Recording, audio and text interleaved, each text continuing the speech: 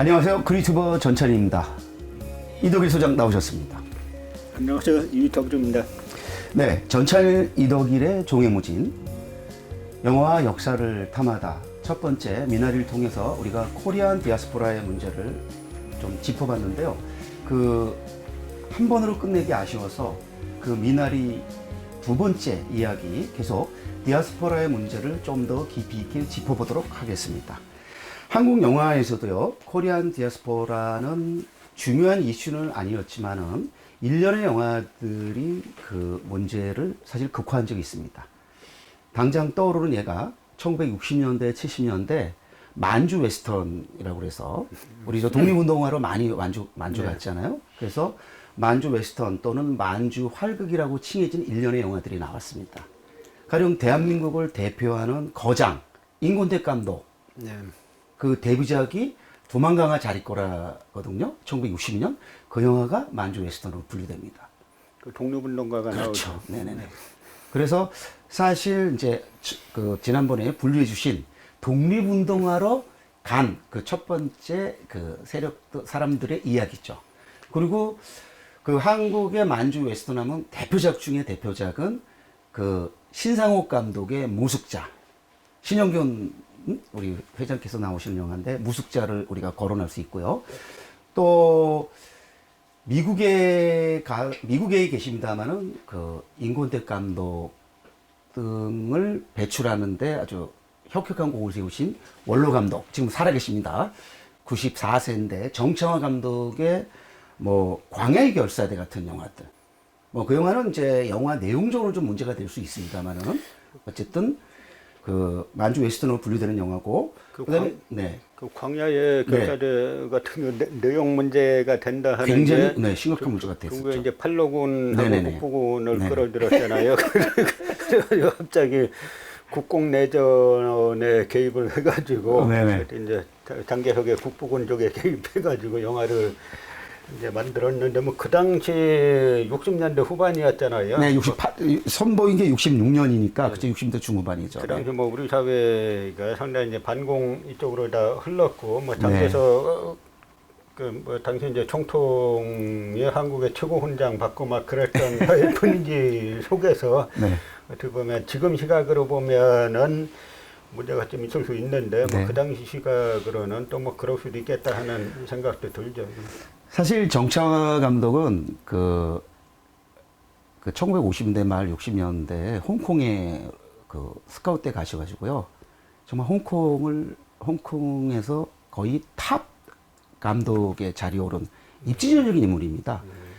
그분이 만든 영화가 홍콩 사상 최초로 유럽에 수출되고 그리고 그분이 만든 죽음의 다섯 손가락 같은 영화는 1970년대 초반에 미국 박스오피스 1위 하면서 난리를 쳤었죠. 그래서 쿠엔틴 타란티노가 항상 그 존경을 바쳤던 그 영화의 감독입니다. 한국엔 너무 안 알려졌네. 왜 그러냐면요. 이게 코리안 디아스포라가 이 감독에 적용된 거예요. 그러니까 홍콩에 가서 지내시다가 이제 이렇게 70년대에 돌아오시니까 그 사이로 공백으로 처리해 버린 거죠. 저는 이거는 말도 안 된다고 지금 여기고 있는 사람이어서 제가 조금 시간이 지나면요. 코로나만 끝나면 우리 정찬 감독님 미국으로 찾아뵙고 제가 이제 미국 갈 때마다 찾아뵙는데 그분의 이제 평전을 시도할 계획이고 2019년도에 이제 한국 영화 제작 100주년을 맞아서 한국 영화사를 한번 훑어보니까 정창회 감독의 그 역할이 결정적이었는데 그분의 비중을 너무 죽였다라는 생각을 많이 하고 있습니다. 그래서 저는 한국 영화사가 새로 쓰일 때 조명돼야 될 감독 중에 한 분으로 보고 있고요. 그리고 이제 제 개인적으로 가장 좋아하는 한국 영화사의 감독은 저는 이만희 감독입니다. 모든 장르를 섭렵했던 만추.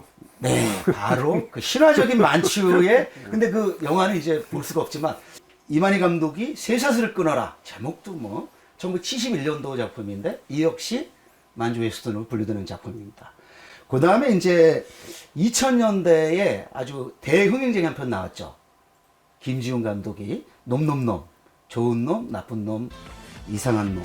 이게 결국에 만주 웨스턴의 현재적 변형이라고 볼 수 있을 겁니다. 근데 이 영화가 쇠사슬을 끌어라 가지고 했다는 거 아니에요? 아니 그건 뭐 이 앞에 나온 그런 많은 영화들을 참고하고 또 셀지오 레오네라는 스파게티 웨스턴의 그 거장 감독이 만든 그 황해 무법자 시리즈 이런 거를 좀 벤치마킹하고 뭐 오마주 바치고 또 뭐 이런 건데 그 앞에 나온 선배들의 영화들을 당연히 참고했겠죠.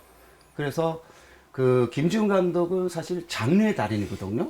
한국 영화사의 장르 영화를 가장 잘 만드는 감독 중에 한 명인데 이렇게 서부도 도전해서 큰 성을 거뒀죠. 근데 쇠사슬을 끊어라도 세 명이 나오고 거기에 네. 이제 네네. 물론 이제 좋은 놈, 나쁜 놈, 이상한 놈에는 독립군 안 나오지만 네. 여기 뭐 독립군 그다음에 마적도 뭐 그다음에 네네. 뭐 첩자 이렇게 네네. 나오고 이것도 똑같이 이제 세 명 나와서 하는 그게 아, 그럼 쇠사슬을 끊어라 리메이크한 건가요, 혹시? 저는 그것까지 모르고 있었는데 한번 이거 방송 끝나고 김지훈 감독한테 확인해 보겠습니다. 저는 쇠사슬을 끊어라를 뭐 참고하거나 뭐 벤치마킹 했겠지만 그거를 리메이크했다라고 생각은 안 했는데 우리 이수정 말을 들으면 혹시 그게 리메이크인 건가?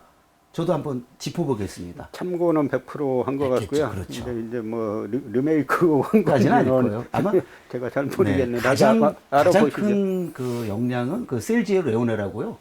그 황해 무법 클린트 이스트우드 하는 그 황해 무법자 시리즈를 만든 그 감독일 텐데 어쨌든 쇠사슬을 끊어의 역량에 대해서는 다시 한번 짚어볼 필요가 있을 것 같습니다. 네. 그리고 나서 이제 그 코리안 디아스포라의 결정적인 영화는 아무래도 배창호 감독이 1985년도에 선보인 깊고 푸른 밤. 사실 이거는 이제 아메리칸 드림의 허상을 고발하는 영화이긴 하지만은 크게 보면은 코리안 디아스포라를 선취한 영화로 분류할 수 있을 것 같고요.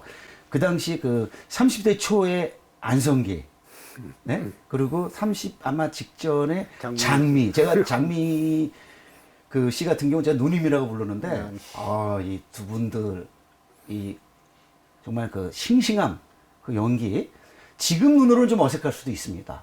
왜냐면 1980년대 중반 영화니까.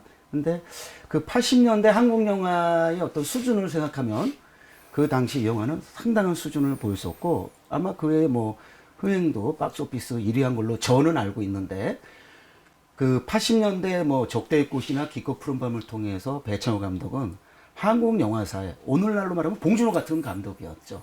혹시 그 영화 혹시 영화관에서 보고 저도 상당히 이제 그 인상이 깊었죠. 네네네. 전 사실 이 영화가 정확히 코리안 디아스포라 영화죠. 네, 그렇죠. 네네.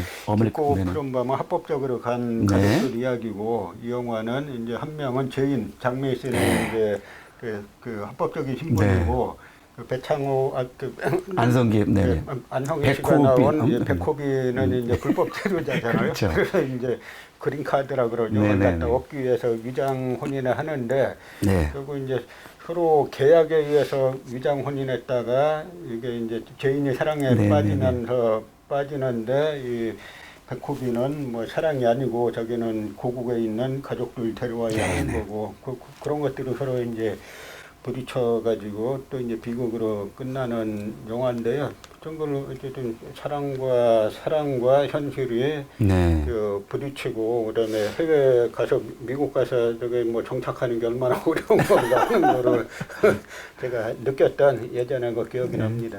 그래서 배창호 감독도 그랬대요. 미 대사관 앞에 장산 치고 있는 한국인들 보면서 굉장히 불쾌했대요. 예? 그래서 그 아메리칸 드림의 그 허상을 고발하고 싶었다라는 그런 소감을 피력했더라고요. 근데 제가 개인적인 그 경험 한번 말씀드릴까요? 그 저 이제 미국 처음 갈 때, 처음에 이제 여행사에 여기 서류 갖다 줬더니 비자가 나올지 말지, 지금 이제 물론 이민 비자는 아니고 방문 비자도 나올지 말지가 지금 이제 자기네 판단이 안 서니까 직접 가서 한번 인터뷰 해보라는 거예요. 저 이제 직접 가서 인터뷰 하는데 제 앞에 사람이 뭐 그 대구에 사는 뭐 건물도 있고 뭐 하는데 안 해주더라고요. 그러니 이제 저보고 한국어로 할 거냐 뭐 영어로 할 거냐 한국말로 하자고. 그랬더니 이제 뭐 하는 사람이냐 그래서 뭐 역작을 하고 뭐 한다 그랬더니 뭐로 먹고 사냐 그래서 책을 쓰는 사람입니다 하고 당시 쓴 사조세자의 고백을 한 권 딱 보여줬더니 꺼내가지고 그 영사관 담당 미국인 직원이 그 자리에서 예스 하더니 인터뷰 끝내는 거예요. 그러더니 나중에 보니까 여행사에서 10년짜리 비자가 나왔다는 거예요. 그러면서 인터뷰 아주 잘하셨네 해가지고 혹시 유치한 영어 쓰신 거 아니에요? 제가 그때 느낀 게 뭐냐면 네. 저는 항상 이제 저희 돌아가신 선배 이제 박양식 교수님이라고 계신데 네. 그분이 저한테 서양사 한 분인데요. 네. 이분이 제국의 관점과 식민지의 관점 이걸 저한테 한번 말씀하셔가지고 제가 역사 분류 역사나 사물을 바라볼 때 아주 중요한 도구로 네네네. 사용하는 관점인데요. 네. 전 그때 저 미국이란 나라가 저 한국의 대사관 창구에 앉아 있는 여 직원 한 명이 네. 누가 미국에 방문했을 때 누가 미국에 이익이 되는가를 정확히 판단하고 있다라고 전 그 시스템에 놀라는 게요. 네. 제 바로 앞에 한 사람은 건물을 갖고 있는 사람인데도 안 내주고 저는 뭐 돈 한 푼 없죠. 돈 한 푼 없이 책을 한 권 썼다라고 네. 하고 보여주니까 그냥 네. 바로 10년짜리 비자 내주는 그런 시스템, 그런 이제 뭐라 그럴까요? 그런 이제 미국이 전 세계 지배하고 있는 그 시스템은 단순히 뭐 군사력이나 경제력뿐만 아니라 이제 그런 것들이 있는 건데 우리 대사관 뭐 이야기 들어보면 하여간 대사관 접촉한 사람은 다 비판하잖아요. 네. 그게 뭐냐면 아직까지도 식민지 그 사고에서 벗어나지 못했기 때문이 아닌가. 물론 이제 한국 해방 이후 역사가 친일파들을 계속 독대한 역사에서 나오는 거지만 계속 그런 생각도 제가 처음에 미국 처음 가보게 됐던 그게 몇 년도죠? 그게 한 98년이나 98년, 그 무렵쯤 될 겁니다. 네네. 저하고 저도 99년에 처음 미국 갔었는데 아주 인상적으로 가셨네요. 저는 그냥 간 것 같은데 전자여권 신청해서 저는 아마 면접 하러 가면 안 갔을 거예요. 영어도 잘 못하는 데다가 가서 쪽팔리기 싫어가지고 근데 그렇게 또 멋진 추억이 있었네요. 사실 깊고 푸른 밤을 이렇게 다시 보니까 아주 안승기 선배가 거기서 미국 국가를 부르는데 와 네. 정말 진짜 강렬하더라고요. 그리고 그 이후에 이제 배창호의 선배인 이장호 감독이 1992년에 명자 아끼꼬 쏘냐. 자 여기서 제목이 다 나오죠. 네. 한 여인인데 어느 때는 명자였고 그 다음에는 아끼꼬였고 그 다음에 쏘냐였고 그래서 코리안 디아스포라를 제목으로 완벽하게 보여주는 영화. 이 영화는 뭐 흥행적으로나 비평적으로 재앙을 맞이하긴 했습니다만은 미나리를 통해서 한번 코리안 디아스포라라는 관점으로 다시 보면 이 영화도 흥미롭지 않을까 이런 생각을 해보고 또 여기서 주연을 맡은 우리 또 김지미 예?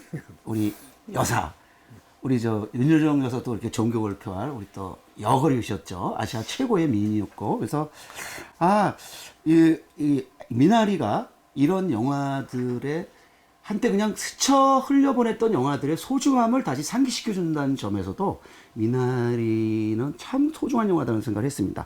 그 다음에 아까 말씀드린 애니깽. 저는 지금 사실은 애니깽에 꽂혀 있습니다. 그래서 최근에 제가 좀 개인적으로 아는 대한민국 대표하는 공군미술가 유영호 씨가 그리팅맨이라는 조각상을 국내외에 보급시키는데 해외에는 무료로 기증합니다. 올해 이 코로나 와중에요. 3월 달에 멕시코 이 메리다시에 설치하고 왔어요. 그래서 이 영화 애니깽이 더 소중히 다가와서 제가 이제 조만간 시간을 잡고 이 애니깽을 미나리와 비교하는 원고를 쓸 구상을 하고 있는데 영화라는 게 그렇더라고요. 영화적 수준이 나도 떨어지더라도 그 영화가 던진 문제의식이나 주제로 인해서 그 영화를 다시 볼 수 있게 하는 그런 힘이 있구나. 그래서 참 애니깽 정말 대종산 스캔들 때문에 치욕의 역사에 묻혀있는 영화인데 그 영화를 좀 다시 살려내야 되겠다 이런 생각을 요즘 하고 있습니다.